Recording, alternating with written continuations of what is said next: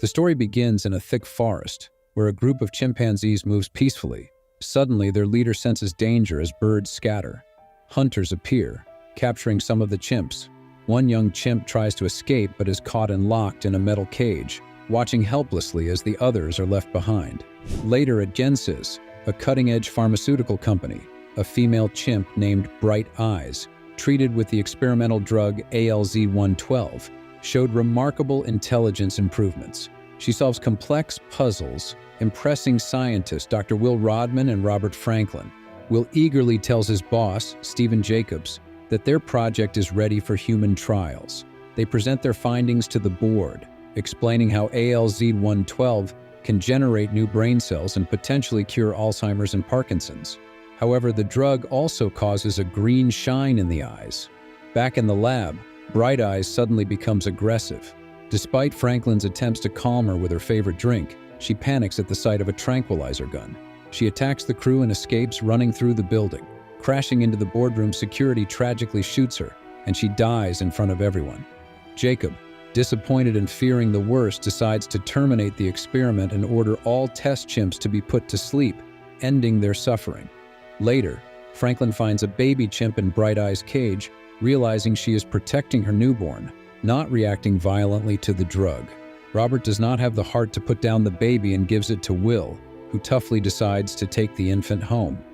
Will lives with his father, Charles, who has Alzheimer's and needs a nurse's care when Will is away. Will introduces the newborn chimp to Charles, who quickly grows fond of him and jokingly names him Caesar. Remarkably, Caesar starts feeding himself after just 2 days, showing signs of having inherited the ALZ-112 virus from his mother. 3 years pass, and Caesar, now half-grown, lives in the attic. Despite his ape-like traits, he is a loving family member who communicates through sign language. While Caesar's intellect improves rapidly, Charles's condition worsens, leading to conflicts with his nurse. Desperate, Will steals ALZ-112 from his lab and gives a dose to Charles.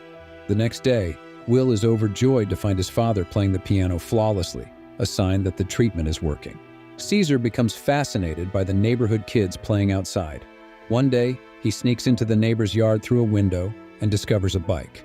His presence scares the neighbor's daughter, and her father, Douglas Hunsaker, attacks Caesar. Will, realizing Caesar is missing, searches and manages to find and rescue him, but not before he is injured. They take Caesar to Caroline, a vet at the zoo who treats him. Caroline is impressed by Caesar's use of sign language and his intelligence. She suggests providing Caesar with more outdoor space for his well-being and peace of mind. To calm Caesar, Will and Caroline take him to Muir Woods for some outdoor play. When they arrive, Caesar looks to Will for permission to play, extending his arm with his palm up. Will gives his consent and Caesar happily explores the trees. This experience delights Will, seeing Caesar so comfortable and relaxed in nature. 5 years pass, and Caesar grows to love his adventures in the Muir Woods.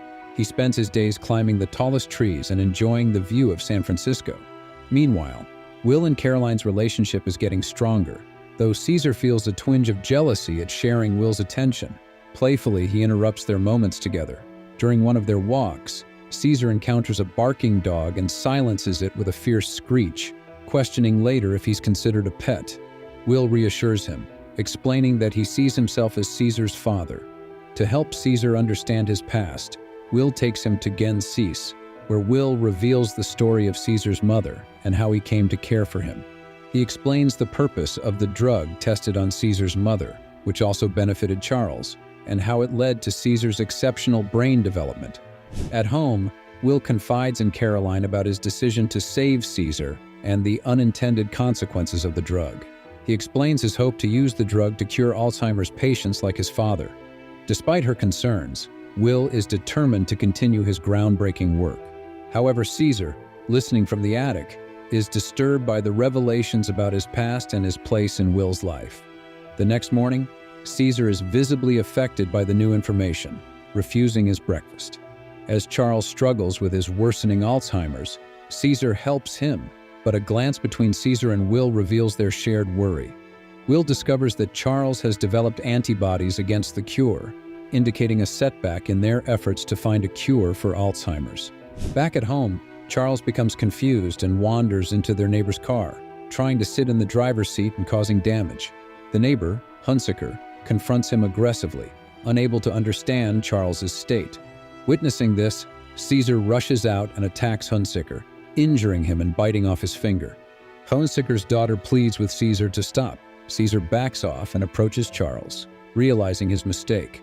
Following the incident, Caesar is taken to a primate sanctuary by court order. Will and Caroline accompany him, saying their goodbyes as Caesar begins his new life away from home. Despite Will's concerns about Caesar's adjustment, the sanctuary's manager is optimistic about Caesar's future. However, Caesar feels abandoned and distressed, yearning to return home, but resigned to his new reality. Will can only offer words of comfort and a promise to visit soon, leaving a saddened Caesar behind. Once Will and Caroline leave, Dodge, the sanctuary owner's son, and another worker, Rodney, put Caesar in a cage with other distressed monkeys. Determined to get Caesar back, Will tries to appeal for Caesar's release but faces bureaucratic obstacles. Frustrated, he argues with the clerk, who coldly tells him to be thankful that Caesar wasn't put to sleep. At home, Charles's condition worsens and he lapses into confusion and sadness, particularly missing Caesar. Will confirms that the drug's effects have worn off, and Charles's Alzheimer's is rapidly advancing. Determined not to lose both Caesar and his father, Will convinces Stephen to resume the research to create a new virus. Will even shares that he secretly gave the medicine to his father, which showed promising results. Seeing a lucrative opportunity, Stephen agrees to support developing Alts-113, a gas-based virus evolution. At the sanctuary, Caesar endures tough conditions, such as being given bad food. Fed up, he throws the food at Dodge, who responds violently by spraying him with a fire hose. Caesar retreats into a corner of his cage. After Dodge leaves, Caesar finds comfort by drawing the attic window from his old home on the wall. At the Genesis lab, new apes are brought in to test the upgraded virus. Will selects Koba, a chimp trained to ask for food, for their first trial. However, things go awry as a terrified Koba madly knocks off Franklin's mask, exposing him to the virus. Meanwhile, Caesar is released into the main play area. He meets the alpha chimp, Rocket, who rips off Caesar's shirt and beats him. Caesar runs up a tree, but Rocket catches up, and the fight ends with Caesar falling. Before Rocket can attack again, Dodge sedates both of them. That night in his cage, Maurice, an orangutan, checks on Caesar using sign language. Surprised, Caesar learns Maurice was trained in a circus. They watch a primate being taken to Genesis. Maurice warns Caesar to be careful, as humans don't like smart apes. After a while, Will and Caroline visit, and Caesar expresses his pain through sign language. Filled with anger and frustration, Will storms over to Dodge to demand Caesar's release. Langdon intervenes, reminding Will that he needs a court order to release Caesar. Caesar pleads to go home, but Will can only promise to secure his release soon, leaving Caesar feeling betrayed. Overwhelmed by frustration, Caesar wipes out his drawing of the attic window. While exploring the enclosure, he discovers a ladder leading up to a skylight. At the same time, he notices Buck, a large gorilla who is never let out of his cage. Climbing to the skylight, Caesar gazes at the city skyline, longing for freedom. One day, Dodge and his friends visit the sanctuary and taunt the confined apes with a taser. When one friend leans in too close to bully Caesar, seeing an opportunity, Caesar cleverly steals a pocket knife from one of them. That night, Caesar uses the knife to free himself. Maurice watches as Caesar makes his way out. Caesar then opens Buck's cage, freeing him to embrace his newfound freedom. Next, Caesar frees Rocket, throwing him to the ground but sparing him any further harm. Rocket sees Buck out of his cage, and all the other apes witness the events, acknowledging Caesar as the new leader of the sanctuary. Back home, Will tries to give his father the new medicine, but Charles refuses. They share a tender moment, holding hands as they sleep. Charles passes away, leaving Will in mourning. After the funeral, Will finds a photograph of himself with Caesar, bringing his remorse to the surface. Carolyn gently suggests that it's time for him to accept that some things are beyond their power to change. At the workplace, Will discovers that Stephen has recklessly pushed the research timeline forward. Stephen is focused on profits, but Will is concerned about how the new virus will affect people. Stephen dismisses Will's concerns, so Will quits in frustration. Meanwhile, Franklin suffers from the virus's side effects, like sneezing blood. Desperate for help, he goes to Will's house but finds no one home. Instead, he meets Hunsaker and accidentally sneezes blood on him. Will tries to bribe Langdon to release Caesar, but when Will asks Caesar to come with him, Caesar refuses, feeling betrayed. Disheartened, Will leaves. Later, Caesar lets Rocket out of the cage and has him distribute stolen cookies from Dodge, one to each monkey, bringing the group together. The next day in the play area, Maurice asks why Caesar is doing this. Caesar explains that one monkey is weak, but together they are strong. Maurice calls them stupid, making Caesar think more about their situation. Caesar watches Rodney punch a code into the door lock. Later that night, he uses the code on the door lock to open and escapes from the skylight. Caesar travels back to Will's home and sees Will and Caroline sleeping. He takes the ALZ-113 gas from the fridge and returns it to the sanctuary, exposing the other apes to it. The following day, he notices the apes' eyes have green flecks, showing their increased intelligence. Langdon observes the apes acting strangely, but dismisses it. Meanwhile, Franklin is found bloodied and lifeless on his bed.